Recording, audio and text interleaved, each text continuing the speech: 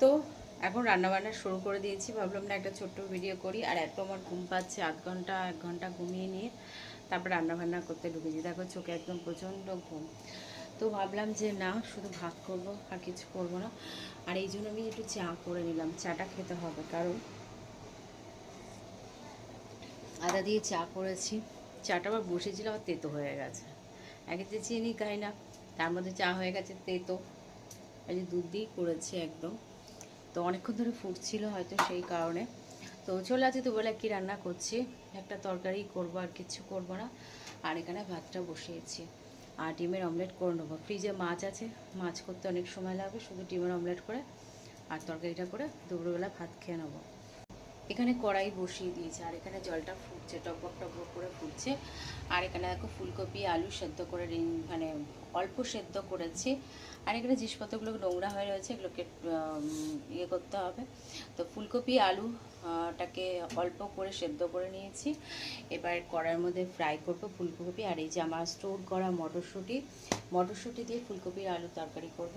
এবার ভাতের চালটাকে দিয়ে দিই। এইটুকুই ভিডিও, কারণ ভাবলাম যে না, ভিডিও করি, শেয়ার করি আমি কি করছি, এই মুহূর্তে কি করছি না করছি সব কিছু শেয়ার করি। তো ঘুমিয়ে পড়েছিলাম, ব্রেকফাস্ট না করেই ঘুমিয়ে পড়েছিলাম। তো যাক, একটু কিছু খেয়েছি। আর একটু চাটা না খেলে না, ঘুমের ঘরটা এখন আমার মানে দেরি, মানে কাটছে না কিছুতেই। মনে হচ্ছে এখনও বিছানায় শুলে আমি ঘুমিয়ে যাবো। এই যে এখন ভাতের চালটা এখন এই গরম জলের মধ্যে ফেলবো। তো গরম জল দিতে দিতেই ভিডিওটাকে আজকে এন্ড করে দেবো, কারণ রান্নাবান্না করতে হবে। এবার বেশ জলটাকে ফুটছে। তারপরে কি হয়, ভাতটা ভীষণ সাদা হয়, ধবধবে হয়। ওই জন্য জলটা ভালো করে ফুটলে তবেই কিন্তু আমি চালটাকে এর মধ্যে দিই। একেতে গরম জল করে নিই আগে, তারপরে হাঁড়ির মধ্যে সেটা দিই। তো এই হচ্ছে ব্যাপার। তো চলো চালটা পুরোপুরি দেওয়া কমপ্লিট করি। আর